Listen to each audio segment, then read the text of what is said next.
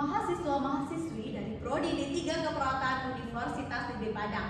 Kali ini kami akan membahas hasil dari final project pemrograman dasar atau bahasa C kami dengan judul Aplikasi Pengolahan Data Bilangan Secara Acak untuk memenuhi tugas mata kuliah pengantar kodi oleh dosen pengampu Bapak Busran SPD MT. Untuk itu, izinkan kami untuk memperkenalkan diri. Saya sendiri, Cindy Mutiara Fildi dengan NIM 24334158 sebagai moderator, dan rekan-rekan saya Selvi Febrialdiana Yamunan dengan NIM 24334135 sebagai presentator. Dan saya Noval Kurniawan dengan NIM 24334128 sebagai presentator. Baiklah teman-teman semuanya, langsung saja kita ke pembahasan. Nah rekan-rekan semuanya, untuk mempersingkat waktu, langsung saja kita ke pembahasannya. Untuk presentator Noval dipersilahkan. Baik, di sini saya Noval Kurniawan akan menjelaskan mengenai yang pertama yaitu latar belakang. Yang pertama, pengolahan data merupakan bagian penting dalam analisis, statistik, dan sistem informasi. Yang kedua, dalam pemrograman, data numerik sering perlu diurutkan dan dianalisis untuk memperoleh informasi penting. Yang ketiga, bahasa C menyediakan dasar kuat untuk memahami logika pengolahan data dengan pendekatan modular programming. Yang keempat, oleh karena itu, kami membuat aplikasi pengolahan data bilangan secara acak untuk melatih kemampuan algoritmik dan logika dasar. Next.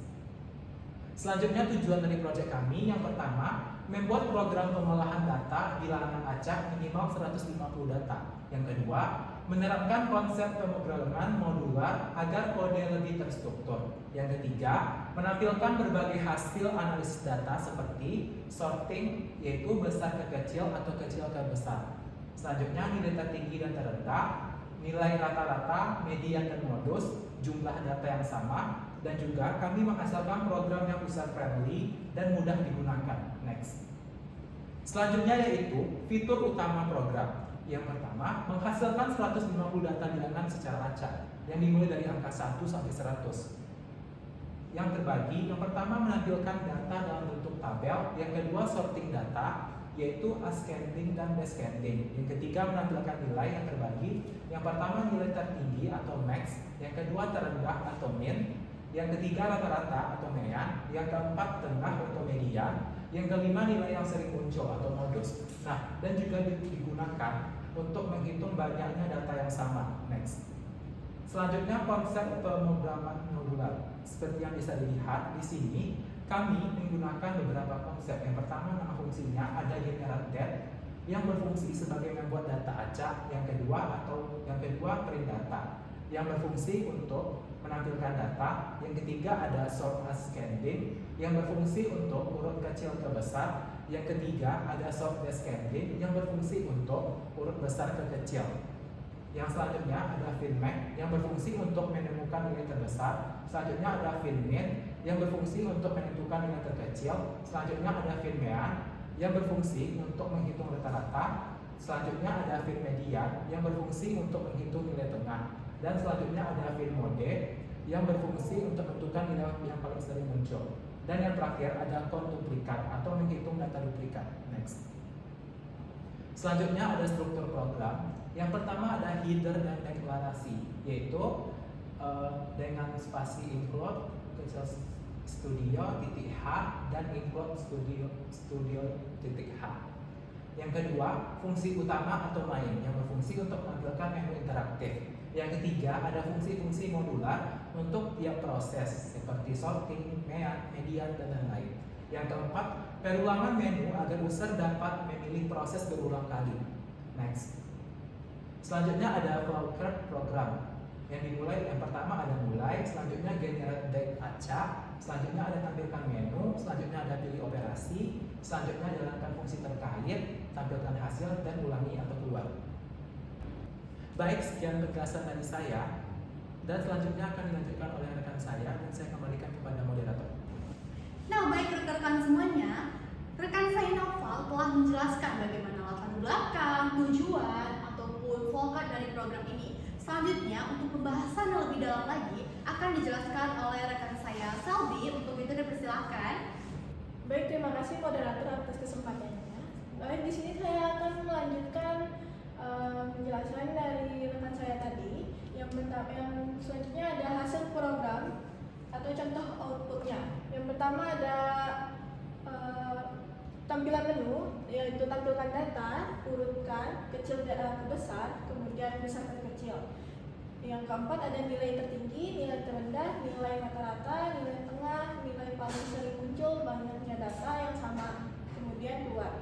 Contoh hasil, nilai tertinggi yaitu 99, nilai terendah yaitu 22, nilai rata-rata yaitu 49,68, kemudian mediannya 50, modusnya 37, data duplikatnya 67. Kemudian analisis hasil. Program mampu menghasilkan 150 data acak dengan rentang 1 sampai 100.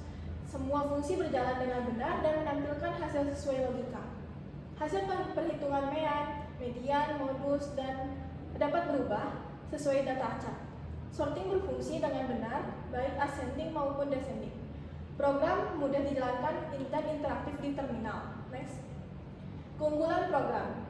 Yang pertama ada menggunakan konsep modular. Tujuannya untuk mudah dipahami dan diuji. Yang kedua ada user friendly interface. Tujuannya ada tampilan menu sederhana dan interaktif. Kemudian yang ketiga mampu menampilkan hasil analisis data otomatis.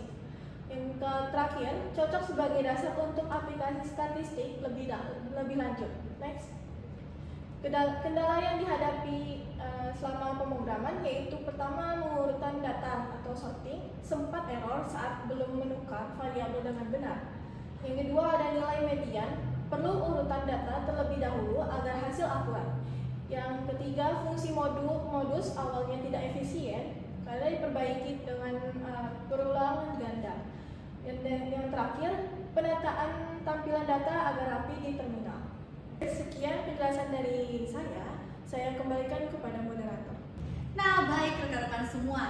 Rekan saya Salvi telah membahas mengenai apa kegunaan dari program ini, lalu apa kendala yang akan dihadapi ketika kita menggunakan program ini. Nah, sebelumnya izinkan saya untuk memperlihatkan hasil yang sebenarnya ketika ini direalisasikan pada aplikasi pemrogramannya. Untuk itu akan kami tampilkan. Nah, rekan-rekan semua, ini adalah hasil dari bahasa pemrograman yang telah kami buat. Nah, kita akan lihat. Tolong operator dibuka ya. Nah, ini dia hasil dari aplikasi pengolahan data bilangan acak. Dapat teman-teman lihat ada data awal, hasil pengolahannya, data dari kecil ke besar, data dari besar ke kecil, nilai tertinggi, terendah, rata-rata, nilai tengah, ataupun median, dan nilai paling yang sering muncul. Nah, ini adalah program yang telah berhasil kami buat, teman-teman. Baik teman-teman semuanya, kita sudah tahu apa saja bahasa pemrograman yang kita letakkan di aplikasinya, dan kita juga sudah tahu apa hasil dari bahasa yang telah kita buat. Nah, untuk itu kami menyimpulkan bahwa program ini mampu menghasilkan analisis statistik yang sederhana, yang mana itu memudahkan manusia untuk meminimalisir kesalahan. Untuk itu, kami tutup pembahasan kami pada hari ini, dan saya memanggil rekan-rekan saya. Baik, sekian pembahasan kami hari ini. Jika ada salah kata perkataan hari ini, kami mohon maaf. Sekian dari saya. Assalamualaikum warahmatullahi wabarakatuh. Makes it hard